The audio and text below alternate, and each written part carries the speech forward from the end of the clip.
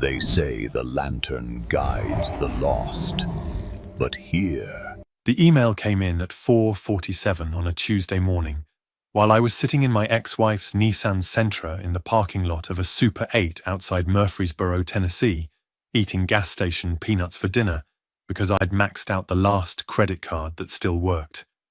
My name is Ren Matsuda.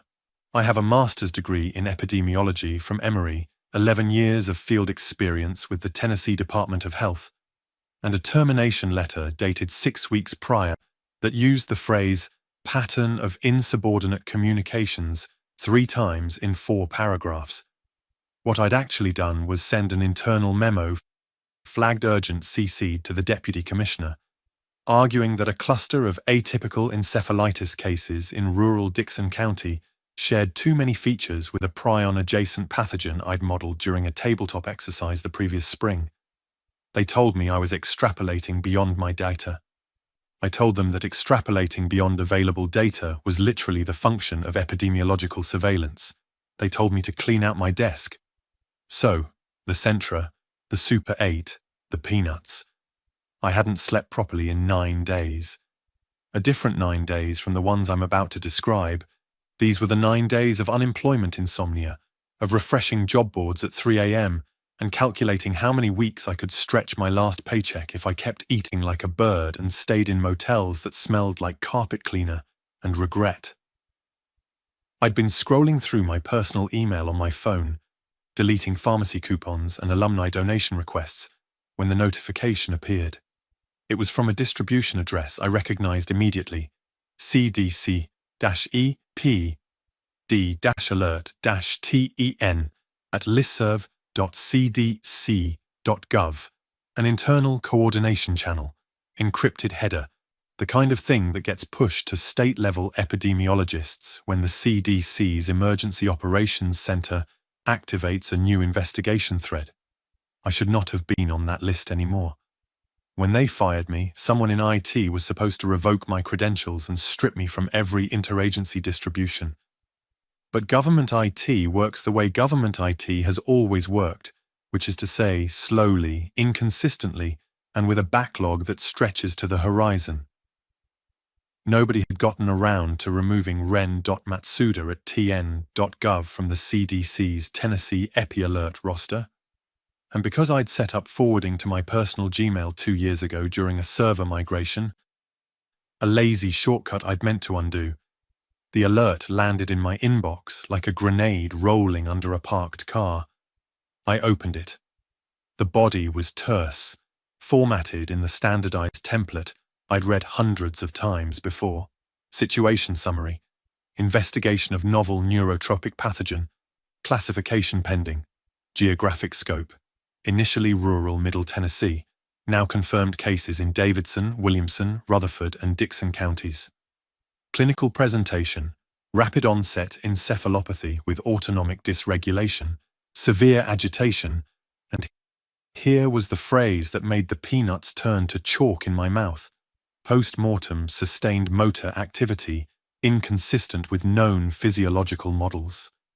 I read that line 4 times. Post-mortem sustained motor activity. The attachment was a 9-page PDF marked official use only. I downloaded it, and my phone's screen cast a pale rectangle of light against the Sentra's cracked windshield while I read, and somewhere in the motel behind me a door slammed, and a woman laughed, and a world that had 6 days of ordinary left in it kept turning without knowing. The PDF contained intake data from 3 hospitals, 14 confirmed cases, 6 deaths. Of those 6, 2 had exhibited coordinated movement, walking, grasping, vocalizing, for periods ranging from 22 minutes to over 3 hours after confirmed cardiopulmonary death. Brain activity scans showed a novel pattern of deep brainstem stimulation that no one at the CDC had a framework for. The pathogen appeared to be a modified rabies family virus with an incubation period of roughly 6 to 12 days and a transmission vector that was, at the time of the report, still being characterized but appeared to involve fluid exchange through bite wounds. The final paragraph was a projected timeline, Conservative modeling suggested potential community spread reaching critical threshold within 7 to 14 days, absent containment.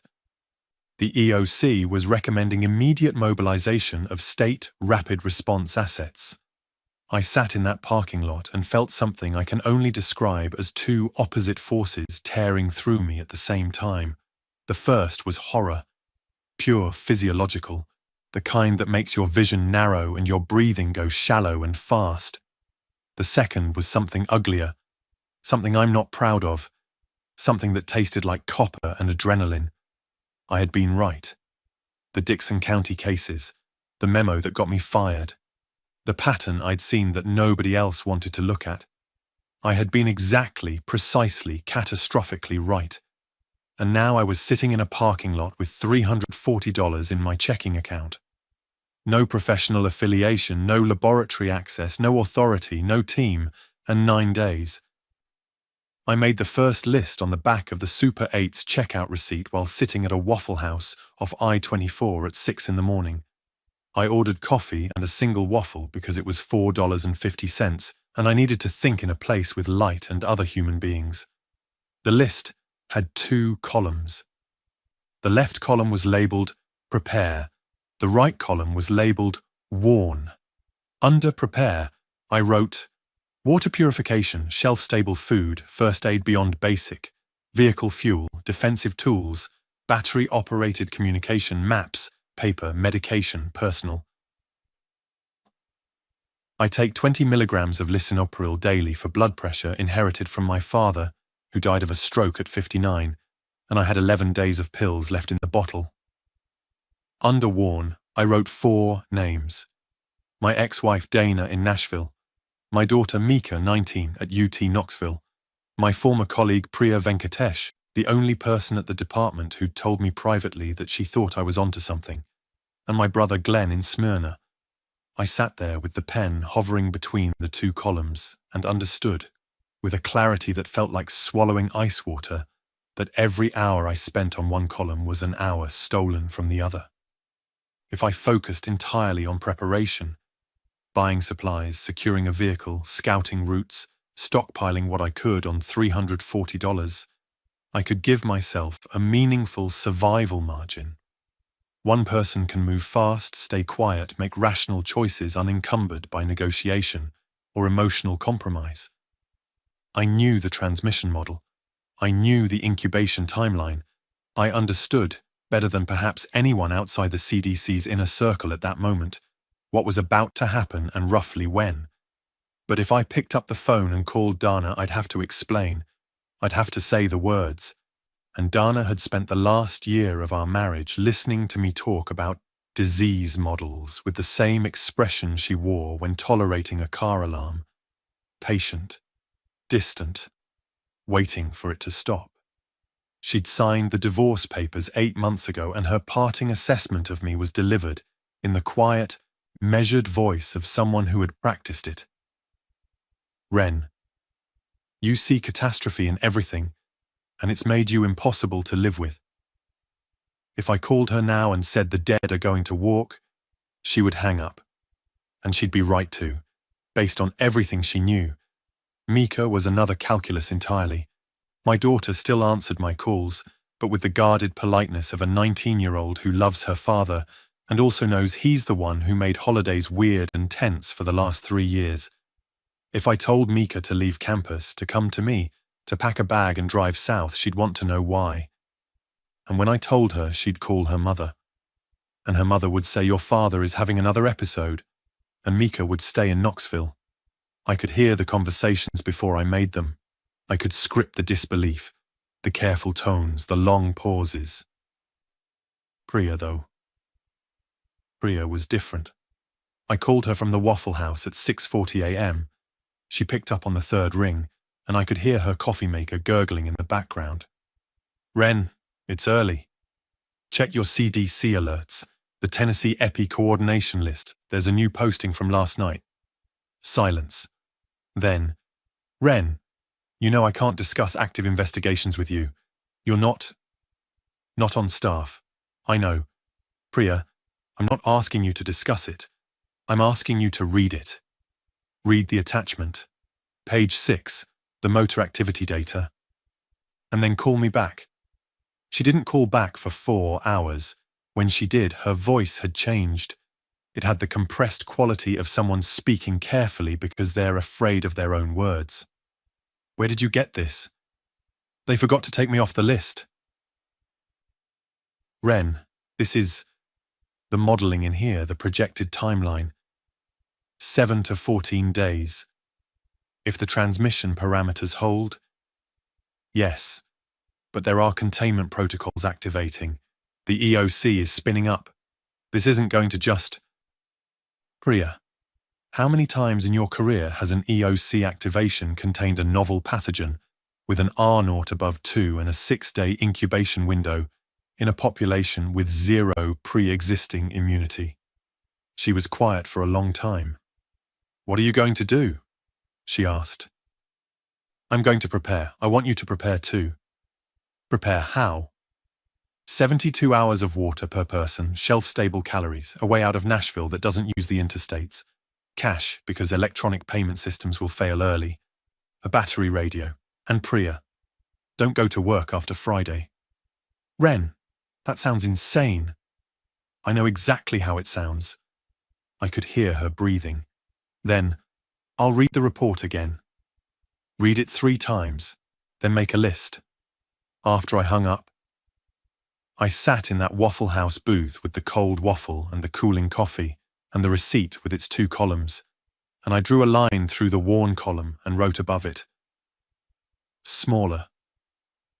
Document instead.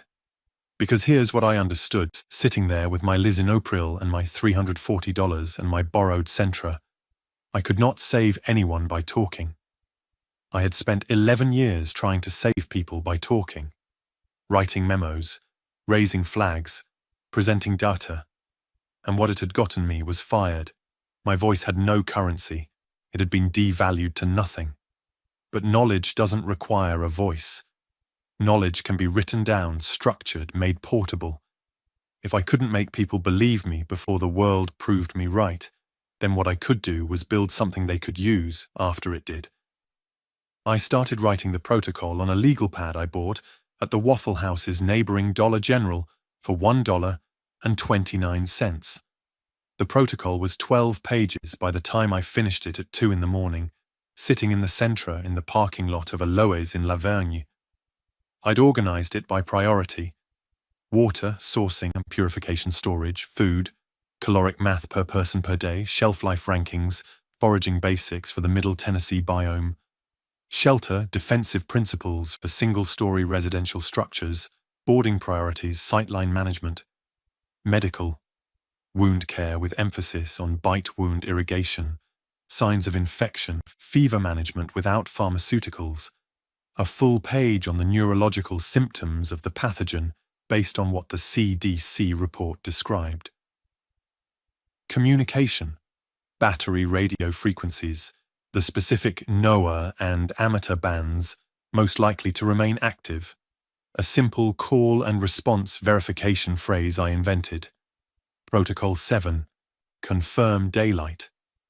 Meaningless to anyone who hadn't read the document, immediately recognizable to anyone who had. And movement, route planning away from population centers, fuel conservation, vehicle noise discipline, travel timing keyed to daylight hours. I wrote it in plain language. No jargon, no academic hedging. I wrote it the way you'd write instructions for someone who was scared and had never thought about any of this before, because that was who would need it. Then I spent $22.40 at the Lowe's Print Center making 40 copies, folded each one into thirds, stacked them in a cardboard box I took from behind the store. I spent the rest of day 7 acquiring supplies. This is where the math got brutal. $340 minus $4.50 for the waffle, $1.29 for the legal pad, $22.40 for copies. That left $311.81. I went to 3 different stores: a Walmart, an Aldi, and a farm supply store called Tractor Supply. And I spent with the precision of someone defusing a bomb. At Walmart, 20 gallons of water in 1-gallon jugs, $16.80. 4 cases of canned beans and vegetables, $23.52. 2 boxes of granola bars, $7.98. A manual can opener, $3.47. A first aid kit, $12.97. Extra gauze and isopropyl alcohol, $8.43. A pack of Bic lighters, $4.97. And a hand crank emergency radio with a built-in flashlight, $29.88. Total, $108.02.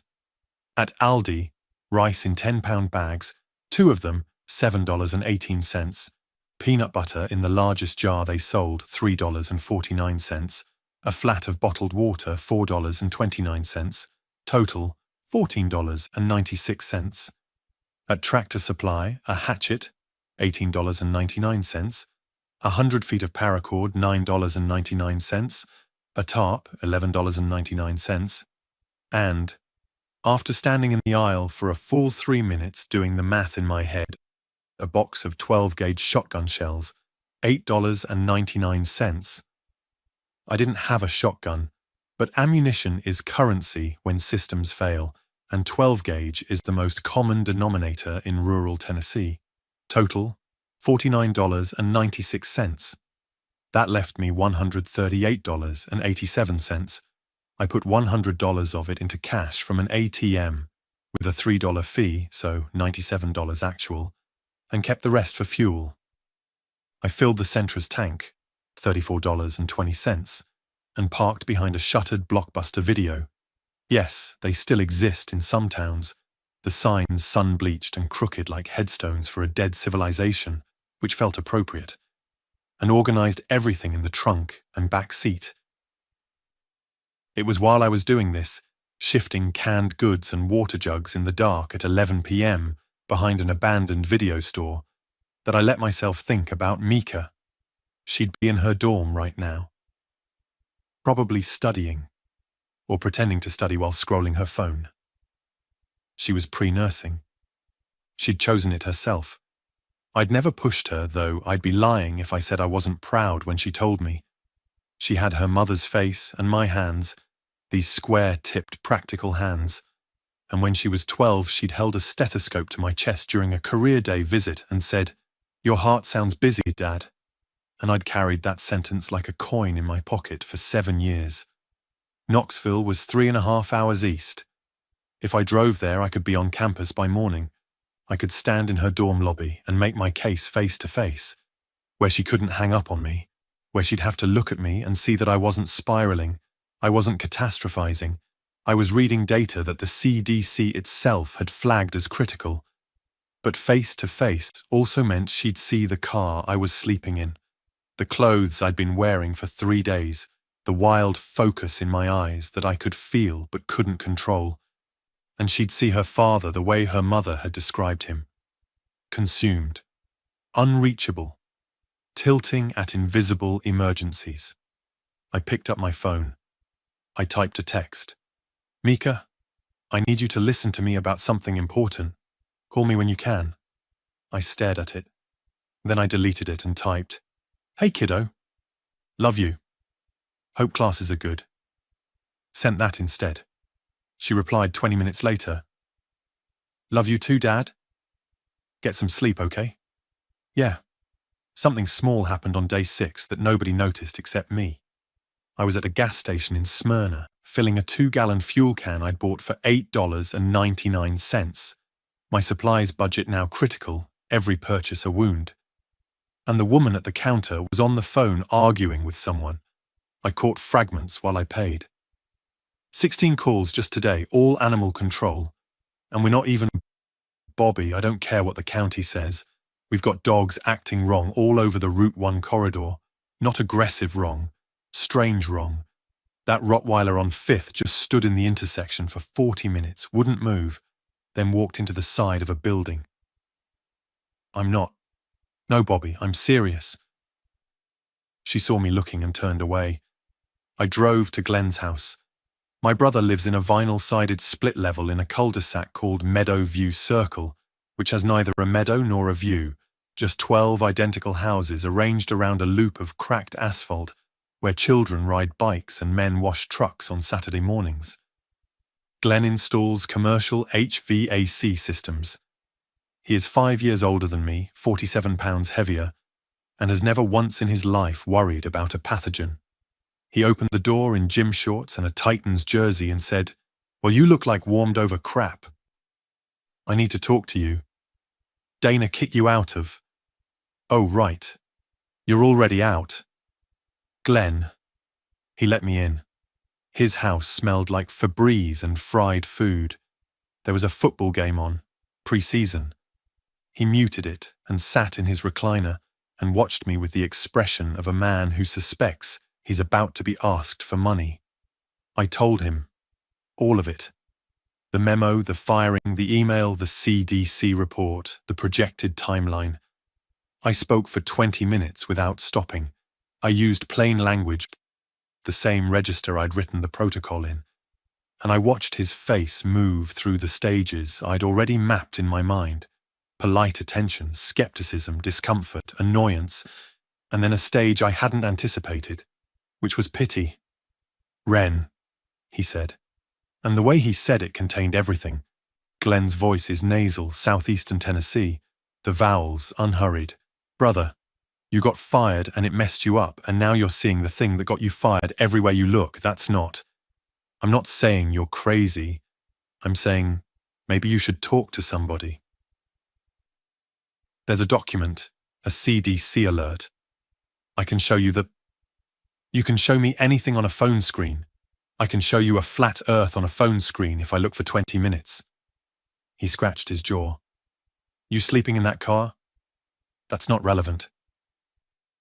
"It's relevant to me. You're my brother and you look like you haven't eaten a real meal in a week, and you're telling me dead people are walking around Dixon County. How is that not? Ren, come on." I stood up. I'd known this would happen. I'd scripted it just like I'd scripted Dana and Mika. And here I was, having spent 2 hours of my shrinking runway on a conversation that yielded exactly what I'd predicted. Nothing. But I left a copy of the protocol on his kitchen table before I went. "What's this?" "Just keep it. If I'm wrong, you can use it for kindling. And if you're right, then read page 4 first. Water's the priority." He followed me to the door. "Ren, you should eat something. Stay here tonight, I'll eat. I need to go." The look on his face as I walked to the center, I carry it with me. Concern braided with exasperation, braided with the particular helplessness of a person who thinks someone they love is breaking and doesn't know how to intervene. I'd worn that look on other people's faces before. It was one of the costs of seeing what I saw the way I saw it. I distributed 14 copies of the protocol that day. I left them in laundromat bulletin boards, under windshield wipers in hospital parking lots, in the free literature rack at the Smyrna Public Library, taped to the door of a community center in La Vergne. I knew most would be discarded. I also knew that the ones that mattered, the ones read by someone who happened to be paying attention to the news 3 or 4 days later and suddenly remembered the strange pamphlet, might save a life. Maybe 2. That evening Priya called. Her voice had changed again, tighter, higher. "They activated a second EOC team today. They're not telling us why. And Ren. Hospital admissions in Davidson County for acute encephalopathy are up 340% over the 7-day average. 340. That's not a cluster anymore." "No, it's not." "What do I do? Did you make a list?" Some of it. Water, food, I bought. I felt stupid, Ren. Standing in Kroger with a cart full of canned soup and bottled water. I felt like one of those doomsday people. Those doomsday people are going to survive the first 2 weeks. Feeling stupid is a luxury you can afford right now. You won't be able to afford it later. She was quiet. Then, I told Marcus. Marcus was her husband, a high school chemistry teacher. Good man from the few times I'd met him. Careful, thoughtful. And he's thinking about it. He said he'd rather overreact than underreact. His words. That's the smartest thing I've heard anyone say in 6 days. Priya, get out of Nashville. By Saturday at the latest, go south, not north. Avoid the interstates once things start moving. Take surface roads. Page 8 of the protocol. You keep talking about this protocol like it's the Bible. It's better than the Bible. It has water purification instructions. She almost laughed. Almost. 2 days compressed into a blur of movement and preparation that I'm going to skip through because the details, while they consumed me, aren't what mattered. What mattered were the signals. On day 5, 3 flights out of Nashville International were cancelled due to crew unavailability. The local news attributed it to an airline staffing dispute. I pulled the FAA's public operations data on my phone and found that cancellations at Nashville, Memphis, and Knoxville airports were collectively up 600% over the weekly average. Crew members weren't striking. They were in hospitals. On day 4, the Metro Nashville Police Department issued a statement about increased reports of erratic pedestrian behavior in the East, Nashville, and Antioch areas, and urged residents to avoid approaching individuals who appeared disoriented. They used the word disoriented. The video clips circulating on social media, shaky phone footage of people walking stiffly, unresponsive, colliding with cars and fences and each other. Those clips were being tagged with laughing emojis by people who assumed they were watching drug addicts or a viral marketing stunt. The comment sections were full of jokes. I watched one of those clips in my car and felt something close to nausea. Not because of what I was seeing, but because of the comments. Because of the laughter, because the space between warning and proof is a desert where every voice sounds like madness. And I'd been walking it for 4 days and I could see the edge of the cliff that everyone else was strolling toward, with their eyes on their phones. I had $38.87 left. I'd eaten 3 meals in 2 days, all from cans heated on the Sentra's engine block. A trick my father taught me when I was 16, and we drove together from Murfreesboro to Yellowstone in a car without a working heater. You wrap the can in foil, nestle it against the exhaust manifold, drive for 30 minutes. The beans come out warm enough. It's not dignity, but it's calories. By day 4, I'd distributed 31 of the 40 protocol copies. I had 9 left. And I'd made a decision that cost me more than anything else in this story. I called Mika. Not a text this time. A call. At 8:15 in the morning, when I knew she'd be between her anatomy lecture and her clinical skills lab. Dad, everything okay? Mika, I need you to listen to me for 5 minutes without interrupting. Can you do that? You're scaring me. Good. Because you should be scared. And I told her. Not the full epidemiological briefing I'd given Glenn. I knew my audience, and my audience was a 19-year-old with her mother's practicality and a limited tolerance for her father's intensity. I told her there was a disease outbreak in Middle Tennessee that was worse than the news was reporting. I told her it was going to get very bad very fast. I told her I wanted her to leave Knoxville and drive to Smyrna, to Glenn's house, and I told her to bring water and food, and to stay off the 40. Dad, I have a clinical rotation evaluation on... Mika, the evaluation won't happen. What do you mean it won't? I mean the university will close, probably within 4 days, maybe sooner. And when it does, the roads out of Knoxville will be gridlocked, because 100,000 people will all decide to leave at the same time. If you leave now, today, you'll have clear roads and time. If you wait, you'll have neither. Mom said, I know what Mom said, and Mom was right about a lot of things about me, but she wasn't right about this one. I'm asking you to trust me one time, just this once. The silence on the line lasted so long I checked to see if the call had dropped. Dad, I'll think about it. Don't think about it. Do it today. I said, I'll think about it. And she hung up. I sat in the car and pressed the heels of my hands against my eyes until I saw red shapes in the dark. The prepare column and the warn column. I'd just spent currency I didn't have, and I didn't know if I'd bought anything with it. That afternoon I drove to Glenn's. I needed to cache supplies somewhere defensible because the Sentra's trunk was full and its locks were unreliable, and I was running out of space and margin simultaneously. Glenn's garage was the logical choice. He met me in the driveway. He looked different. Something around his eyes. Wren. He paused. Tammy from 2 doors down. Her husband works at Vanderbilt in the ER. He came home last night and told her not to leave the house. I waited. She showed me texts from him. He said that they've got a ward full of people who... Glenn stopped. Swallowed. Who bit the nurses.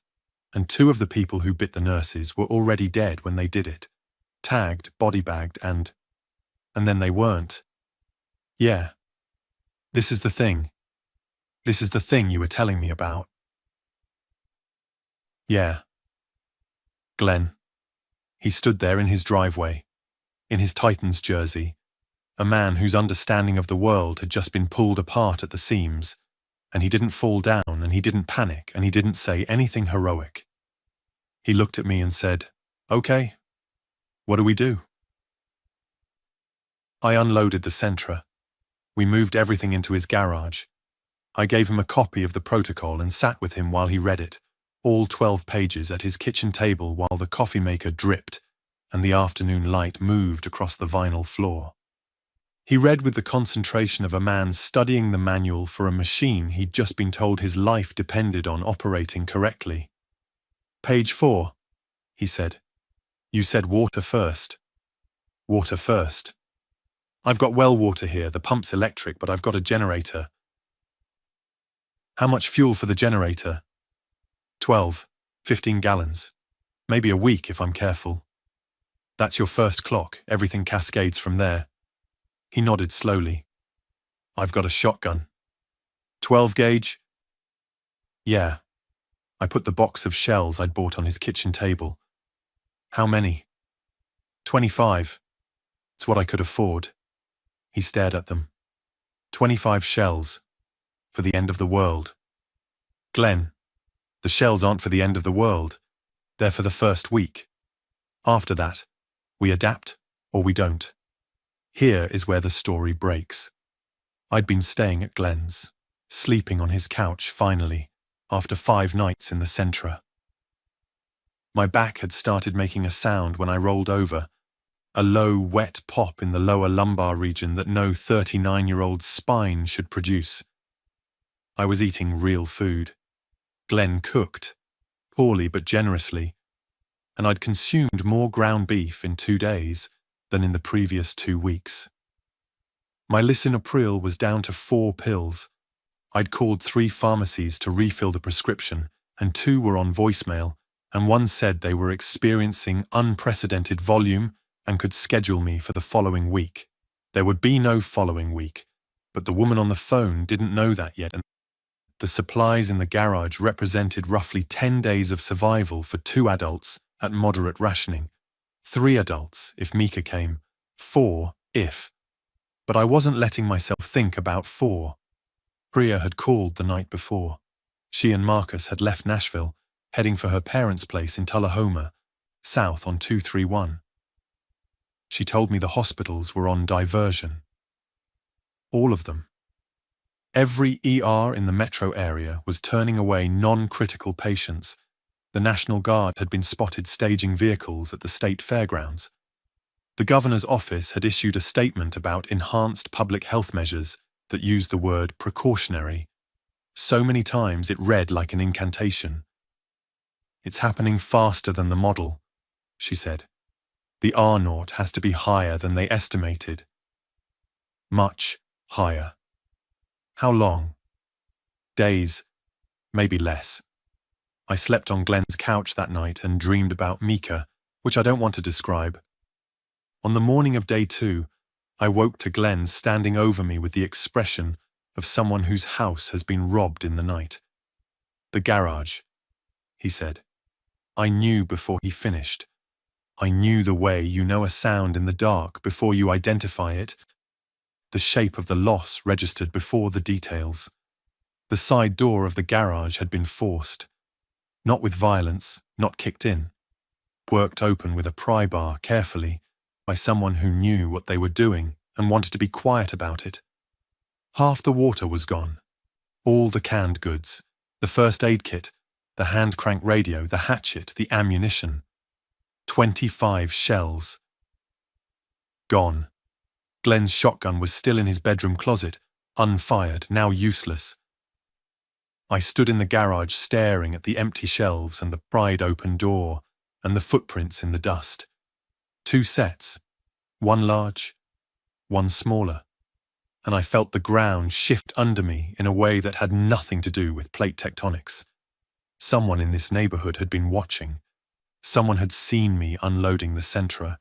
Someone had noted the trips back and forth, the boxes, the cans, the careful stacking. And someone had waited until we were asleep and taken what we couldn't afford to lose. "Tammy's husband," Glenn said quietly. "He drives a truck. He's got tools." "You don't know that. Side door's been forced with something flat and heavy. Brad drives a truck full of flat, heavy things. Glenn, we can't..." He's the one who told her about the hospital. He already knows. He already believes.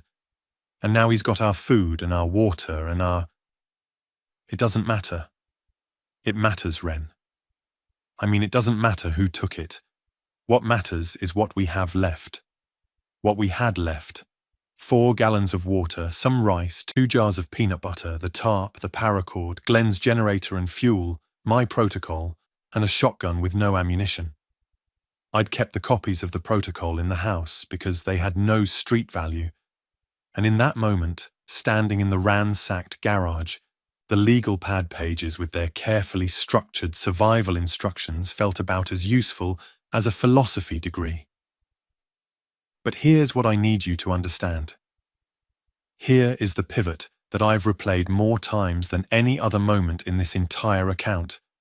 I could have gone to Brad's house, Glenn and I, 2 men knocking on the door and demanding our supplies back.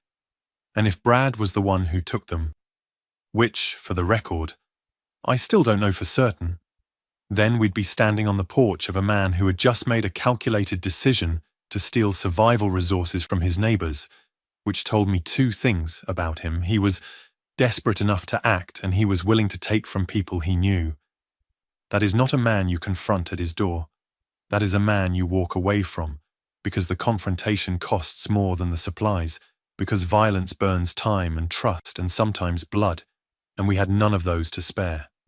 I chose to walk away. Glenn didn't speak to me for 3 hours. During those 3 hours, I sat at his kitchen table and I rewrote the protocol. Not because the original was flawed, but because rewriting it was the only action available to me that wasn't rage or despair. I added a section. Page 13, improvised, about defensive posture for evacuating a compromised position, about how to carry water efficiently on foot, about caloric rationing at the starvation threshold, about what to do when your plan fails and you're starting from zero. I was writing a survival manual for people who'd already lost everything, and the irony that I was one of those people made the pen move faster, not slower. Mika texted at noon. UT just cancelled all classes through next week. They're saying public health emergency. Dad, what is happening?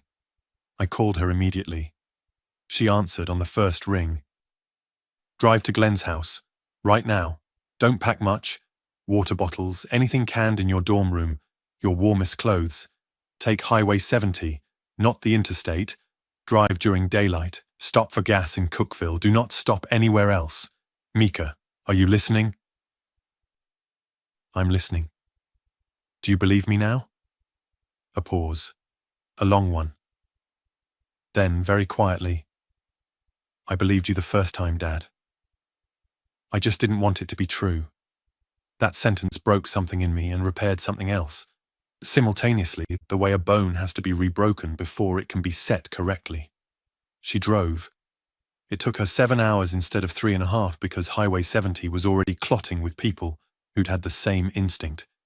And by the time she pulled into Glenn's cul-de-sac at 8:47 p.m., in her dented Civic with the UT parking sticker and the back seat full of water bottles and ramen packets, the sky over Nashville to the west had an orange tint that wasn't sunset because the sun had set 2 hours ago. I held her in Glenn's driveway, and she was shaking, and I was shaking, and neither of us pretended we weren't. "Dad," she said into my shoulder, "the radio is saying Nashville has fallen." "I know." "What does that mean? How does a city fall?" "It means the systems that keep it running. Police, hospitals, utilities, supply chains. They've all failed faster than anyone can restore them. And the thing that caused the failure is still spreading." She pulled back and looked at me. Her mother's eyes, brown with that single amber fleck in the left iris. You knew, and they fired you." "Yeah. We need to go." "Yes, we do." We left Glenn's house at 5 in the morning on day one. One day before what I now understand was the full systemic collapse of Middle Tennessee's infrastructure. We took Glenn's truck because it had 4-wheel drive and a full tank plus the generator fuel transferred into auxiliary containers. We left the Sentra and the Civic. We took what food remained, the 4 gallons of water, blankets, clothes, the tarp, the paracord, the generator, and every copy of the protocol that still existed, 9 of them, creased and coffee-stained. Glenn drove. Mika sat in the back seat with her knees pulled up and her phone, which still worked intermittently, cycling through emergency alerts that had begun arriving in waves. FEMA notifications, statewide shelter-in-place orders, a presidential address that I heard in fragments through her earbuds, unprecedented public health emergency, National Guard deployments. Citizens are urged to remain in their homes. Remain in their homes. The virus's incubation period was 6 to 12 days. By now, thousands of people across Tennessee were already infected and didn't know it. Remaining in their homes meant dying in their homes, and then standing up in their homes, and then leaving their homes in search of the living. I navigated from the passenger seat using a paper map I'd bought at a gas station on day 7. Not because GPS wasn't working. It was, barely, routing us through its algorithms without knowing that the roads it suggested ran through population centers that were already compromised. I used the map because it let me see the whole picture at once. The rural roads south of Murfreesboro, the farm routes through Bedford County, the spiderweb of 2-lane state highways that connected small towns with names like Shelbyville, Lynchburg, Fayetteville, places where population density dropped below 50 per square mile, and the math of contagion worked in your favor.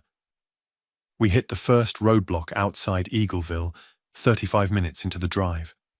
National Guard, 2 Humvees across the road, soldiers in fatigues with surgical masks and rifles. Glenn stopped the truck, and we sat there in the pre-dawn grey while a guardsman with a flashlight walked to the driver's window. "Sir, this road is closed. Shelter-in-place order is in effect for all of... My family needs to get through. We're heading to my cousin's farm in Lincoln County." I don't know why I said cousin. I don't have a cousin in Lincoln County. The lie came out formed and natural, and the guardsman looked at me, and then he looked at Mika in the back seat. And he looked young, 20, 21, and his mask was on crooked, and his eyes had the specific glaze of someone who's been awake for 20 hours and has seen something during those 20 hours that broke his training. "Sir, I can't let you through." "Son," Glenn said, and he used that voice, the one he uses on subcontractors who are about to make a mistake, gentle and immovable. "What's on the other side of that roadblock?" The guardsman glanced over his shoulder, then back at us. "You got water?" "Some. The road forks about 2 miles past us. Take the left fork, don't take the right, don't stop for anything." He stepped back and waved us through. As we passed the Humvees, I looked to the right and saw the other soldiers sitting on the ground with their backs against a tire, helmets off, one of them crying. Glenn took the left fork. We drove. For 90 minutes we saw no one. The road wound through farmland, brown and fallow in early spring, the fields scored with last year's corn stubble, the sky grey and featureless. It was beautiful the way any landscape is beautiful when you suspect you're seeing it for the last time in its original form. Mika slept in the back seat, or pretended to. Glenn kept his hands at 10 and 2 and said nothing. Then, outside a place called Rover, barely a place at all, a church and a grain silo and a handful of houses, we saw the first one, a woman standing in a soybean field, about 200 yards from the road, standing perfectly still, face tilted slightly upward, arms at her sides. She was wearing a hospital gown. No shoes. "Don't slow down," I said. Wasn't going to. We passed her. In the side mirror, I watched her turn. Not her head, her whole body. A stiff rotational movement like a weather vane, an orient toward the sound of the truck. Then we were past, and she was a shrinking figure in the glass, and Mika, who was not asleep, said very calmly, "That was one of them, wasn't it?" "Yes." She was standing. In the report you told me about, they were walking. She was just standing. Early stage, possibly recently turned. Motor functions reactivate sequentially. Gross posture first, then locomotion, then directed movement. How do you know that? Because it's how the brainstem works. The pathogen reactivates from the bottom up. Medulla first, then pons, then midbrain. Standing before walking, walking before running, running before... I didn't finish. "Before hunting," Mika said. I looked at her in the mirror. She was watching the road behind us, and her face had the focused composure of someone who has decided not to be afraid, because fear is a resource expenditure she can't justify. She looked, in that moment, exactly like me. Not like her mother. Like me. We reached Lincoln County by mid-morning and found what I'd been looking for since day 7, a dead-end road leading to an abandoned cattle property with a standing well, a concrete block equipment barn, and sight lines in 3 directions. It wasn't a fortress. It wasn't sealed. It was open and exposed and defensible only through awareness, which was all I'd ever had anyway. Glenn backed the truck into the barn. We inventoried. Our supplies would last 4, maybe 5 days if we were disciplined. The well was hand pump accessible. No electricity needed, the pipe deep enough to reach the water table. I tested it with a purification tablet from the ruins of our first aid supplies, and it came back clean enough. We heard Nashville die on the radio that afternoon. Mika found a frequency. AM 650, WSM, the old Grand Ole Opry station. That was still broadcasting, and we sat in the barn with the hand crank radio between us and listened to a DJ named Charlie who had clearly locked himself in the studio and was broadcasting to whoever could hear, because broadcasting was all he knew how to do. Folks, I don't know how to say this on the air. I've been doing radio for 31 years and I've never... His voice cracked. Interstate 24 is impassable. Interstate 40 is impassable. The fires in East Nashville and Germantown are uncontrolled. The hospitals are. They're overrun, people. If you're in Davidson County and you can get out, get out. Head south. Avoid crowds. The National Guard is. I'm told the National Guard has pulled back to staging positions outside the metro area. I don't know what that means, exactly. I think it means what it sounds like.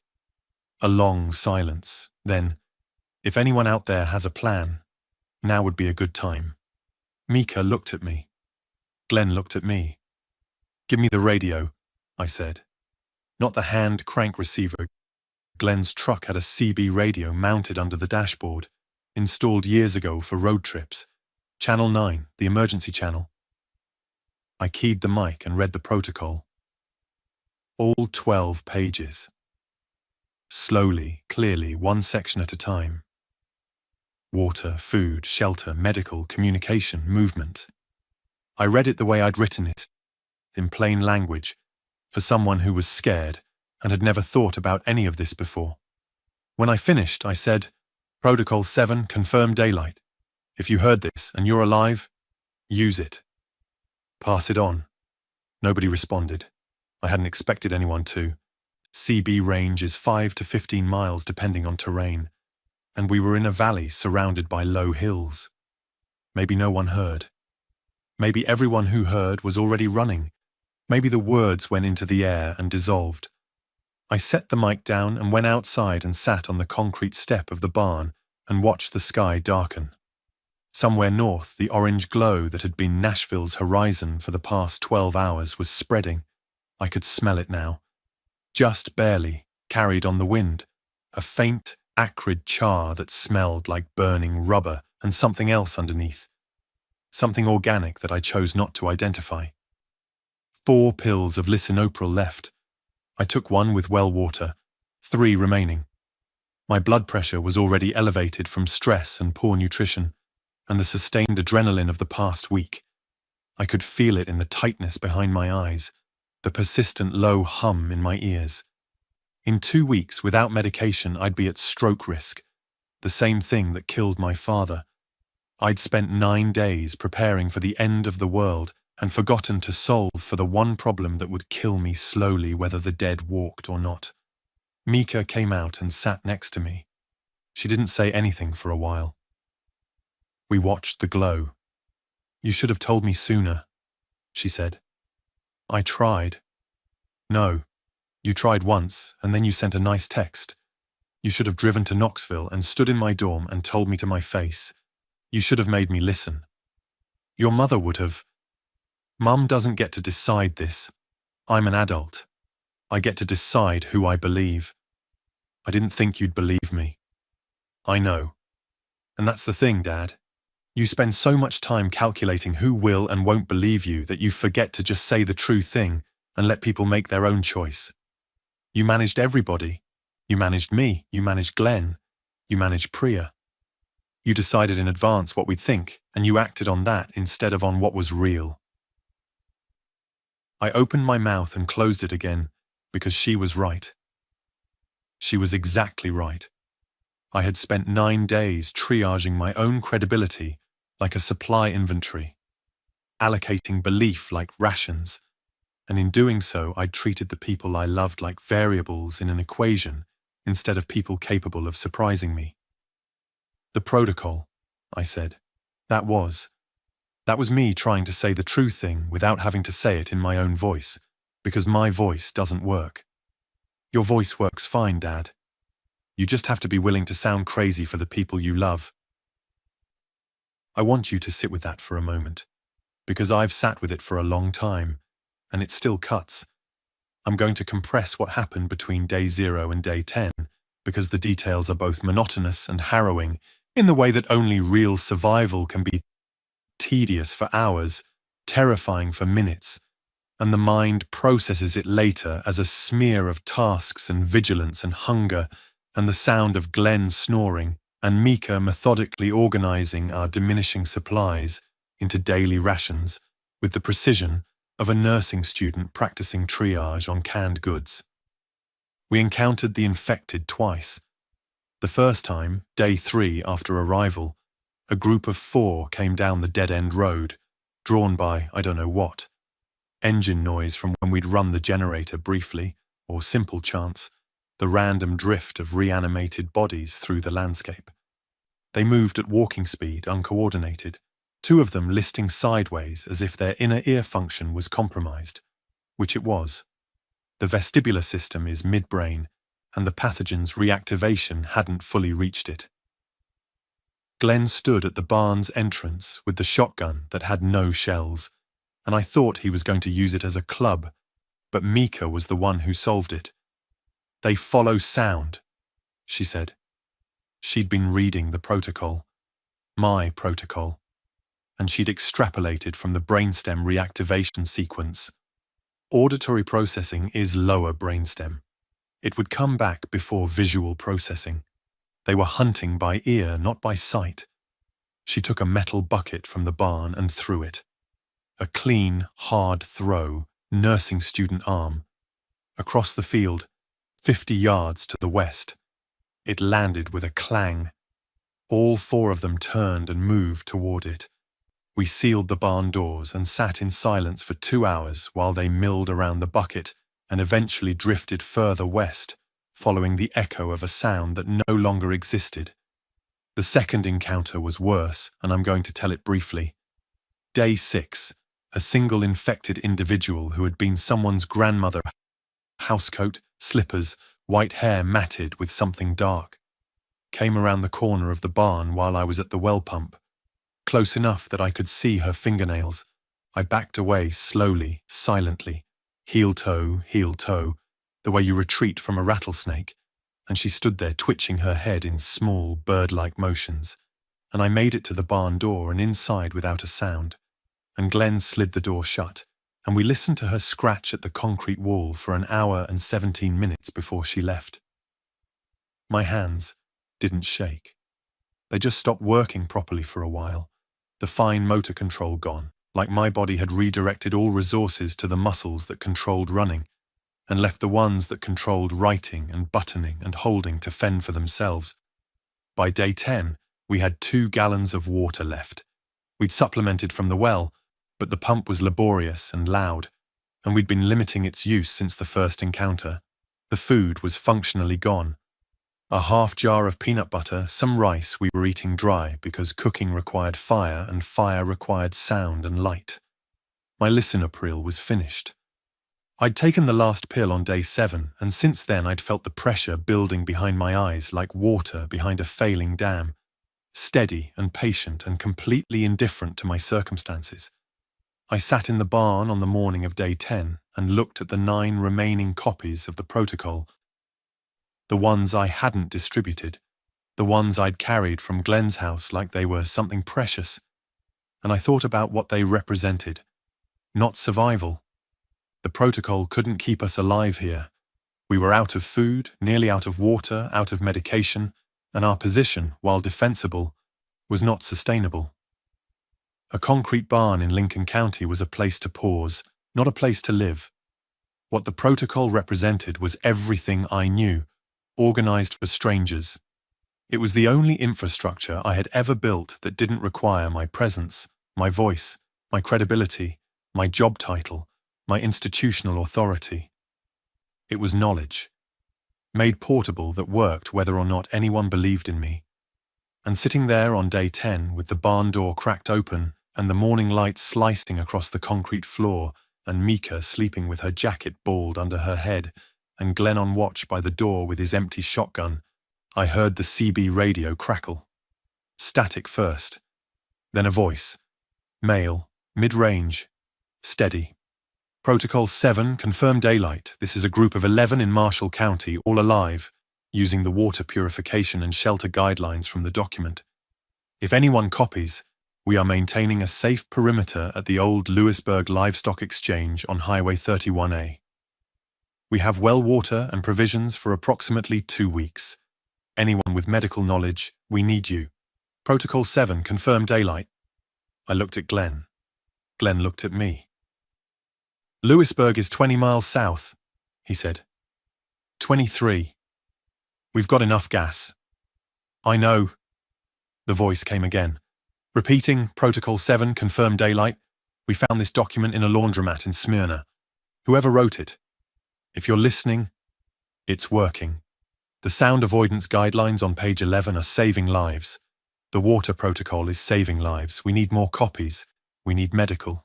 Please respond. A laundromat in Smyrna. One of the 14 copies I'd left on day 6, before the theft, before the collapse, before the dead walked and the living ran. A piece of paper I'd stapled together at a Lowe's print center and tucked onto a bulletin board between a babysitting flyer and a lost cat notice. Someone had picked it up. Someone had read it. Someone had used it. And now 11 people were alive in a livestock exchange in Lewisburg because of a 56-cent photocopy. Mika stirred. Dad? Get up. We're moving. Where? South. 23 miles. There are people. She sat up and looked at me, and I watched her decide. Not whether to trust me. She'd settled that question on Glenn's driveway 4 lifetimes ago. But whether to hope. Whether to extend the forecast of her survival past the next meal, the next hour, the next sound outside the barn door, and project it outward toward a future that included other human beings and a reason for continuing that went beyond metabolism. Okay, she said. I keyed the CB mic. My voice was steady, though I don't know how.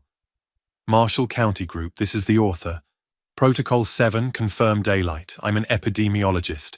I have medical knowledge. I'm 23 miles north with 2 family members. We're coming to you. Maintain your perimeter and conserve water. I'll be there by midday. Static. Then, copy. We'll watch for you. Thank you. Whoever you are, thank you. I released the mic. Sat there for a moment. Being right about the end of the world. I want to tell you it felt like victory. Or vindication, or at least the satisfaction of I told you so. It didn't. It felt like standing in the rubble of the house you'd warned everyone about and holding the report that proved the foundation was rotten and watching the wind carry ash across the pages. There was no triumph in it. The proof was written in the absence of everything I'd tried to protect. Nashville was burning. The hospitals were charnel houses. The flights that had been cancelled. The animals that had acted wrong. The pedestrians stumbling through East Nashville. Every signal I'd read correctly was now a catastrophe I'd been unable to prevent. What I had instead of victory was this: 9 copies of a 12-page document, a daughter who believed me, a brother who'd opened his door, and a voice on a radio using words I'd invented, spoken by a stranger I'd never meet, in a place I'd never been, confirming that the thing I'd built out of knowledge and desperation and a $1.29 legal pad was doing what I couldn't do alone. We loaded the truck. Glenn drove. Mika navigated from the paper map. I sat in the passenger seat with the stack of protocols in my lap and watched the Tennessee landscape scroll past. The fields, the silos, the empty houses, and the occasional figure standing motionless in the distance like a scarecrow put there by a farmer who would never return. And I thought about Dana, whose phone had gone to voicemail on day 3 and hadn't come back. And I thought about Priya, who'd last texted from Tullahoma on day 1 saying, "We made it, using your protocol. Marcus says thank you." And I thought about the woman in the hospital gown in the soybean field. And I thought about the guardsman with the crooked mask who'd let us through because he saw a girl in the back seat and chose mercy over orders. 23 miles. We drove it in 40 minutes, skirting 2 blocked intersections and 1 overturned school bus that I will not describe further. The Lewisburg Livestock Exchange was a metal-roofed complex surrounded by cattle fencing. Not much of a barrier, but the group had reinforced it with vehicles and lumber and what looked like church pews, dragged from God knows where and wedged into the gaps. A hand-painted sign on the gate read, Protocol 7. Confirm daylight. A man came to the gate. 40s, sunburned, wearing a feed store cap and a carpenter's belt repurposed to hold tools and water bottles. He looked at me through the fence. "You wrote this?" He held up a copy of the protocol. Wrinkled, water-stained, the staple rusted. "I wrote it." "You're the epidemiologist?" "I was. I got fired 6 weeks before the outbreak." He stared at me for a moment. Then he unlocked the gate.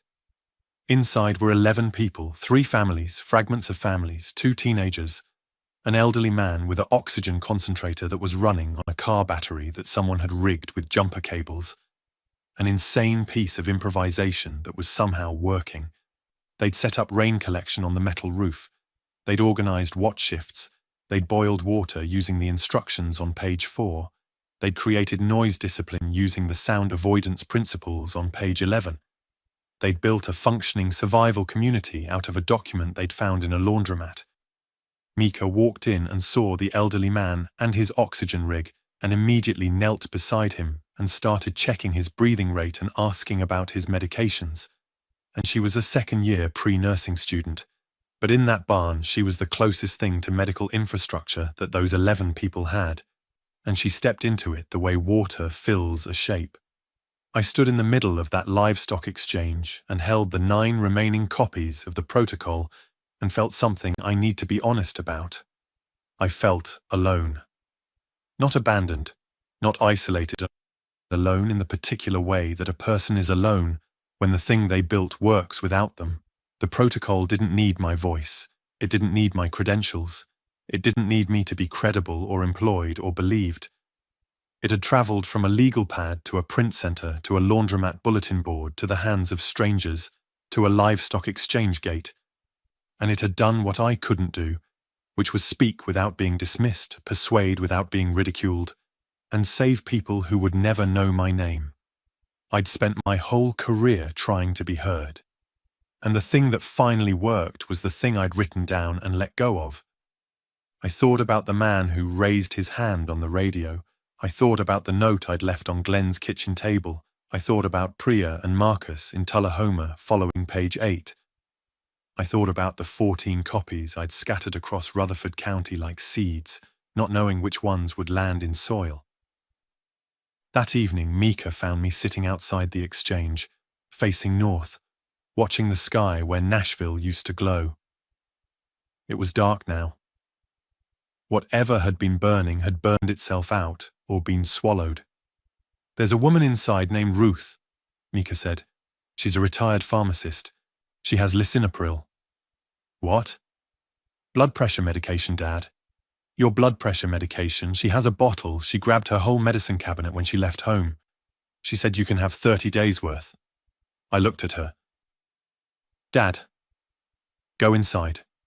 I went inside. Ruth was 67, white-haired, calm in the way that retired medical professionals are calm during emergencies. The competence so deep it looks like indifference. She handed me a bottle of lisinopril, 20 milligrams, manufacturer's seal still intact. "You wrote the water protocol?" she said. "Yes. It's good. The iodine ratios are correct. Most people get that wrong." "I know. That's why I included a table." She almost smiled. "You're going to need to eat better if you want that medication to work properly. Come help me inventory what we've got. I'm reorganizing the food stores." I followed her into the back of the exchange, past the cattle chutes that now held sleeping bags and folding chairs, past the teenagers playing cards in the corner, past Glenn, who was already deep in conversation with a man about generator wiring, past Mika, who was taking the elderly man's pulse with 2 fingers and counting under her breath with the focus of someone who has found the thing she was trained to do. Outside, the world had ended. Inside, 12 people, now 15, were following a protocol written by a fired epidemiologist on a legal pad at a Waffle House, and they were alive, and they were organizing, and the woman from the soybean field was not here and would never be here, and Nashville was ash, and my ex-wife's phone went to voicemail with a recording of her voice saying, "Hi, you've reached Dana. Leave a message that I would listen to 11 more times in the coming weeks before the cell towers finally died." And none of that was okay. None of it would ever be okay. But the radio in Glenn's truck crackled again at sunset with a new voice. Female this time. Younger. "Protocol 7, confirm daylight. We're a group of 6 in Maury County. We found the document, we're following it. Is anyone there?" Mika looked at me across the exchange. I walked to the truck and picked up the mic. "Copy, Maury County. Protocol 7, confirm daylight. You're not alone. Keep following the document. How's your water supply?" And the voice came back, relieved and shaking and alive. "We're okay. We're okay. Thank you. We didn't think anyone was listening." I closed my eyes. I was listening. I'd been listening for 9 days before the world proved me right, and the cost of listening was everything I had, and the reward for listening was a radio full of strangers using words I'd written in a parking lot at 2 in the morning while eating gas station peanuts in a borrowed car. It wasn't enough. It was what I had. I wrote this story because I've been thinking about what it means to know something true and have no one believe you, and more specifically, about the choice between protecting yourself with that knowledge or sharing it at the cost of your own safety and dignity. Ren's dilemma isn't really about zombies. It's about the gap between expertise and credibility, about how we decide who deserves to be listened to, and about what happens when the people who see danger coming are the same people we've learned to dismiss. We live in a world saturated with warnings. Climate scientists, epidemiologists, structural engineers, teachers, people who spend their careers studying systems that are failing, often find that the very intensity of their concern is used as evidence against them. You're too close to it. You're catastrophizing. You're the boy who cried wolf, and sometimes they are wrong, but sometimes the wolf is real, and the boy is the only one who saw it coming, and by the time everyone else looks up, the flock is gone. The other thing I wanted to explore was the idea that knowledge, not stockpiles or weapons or fortified positions, might be the most durable survival tool. Ren loses almost everything physical. His supplies are stolen, his medication runs out, his shelter is temporary. But the thing he wrote down, the protocol, survives and replicates and reaches people he'll never meet. There's something both hopeful and deeply lonely about that. 3 questions I'd love to hear your thoughts on. First, Ren spent $22.40 making 40 copies of the protocol instead of spending that money on additional supplies. With $311 to his name, was that the right call, or should he have prioritized his own survival margin? Second, when the supplies were stolen from Glenn's garage, Ren chose not to confront the thief. Would you have made the same choice, knowing that those supplies might be the difference between life and death? And third, Mika told Ren that he managed everybody, instead of just telling the truth and letting people decide. Do you think she's right? Is there a point where trying to calculate how people will react to a warning becomes its own kind of dishonesty? Thank you for listening. Take care of each other.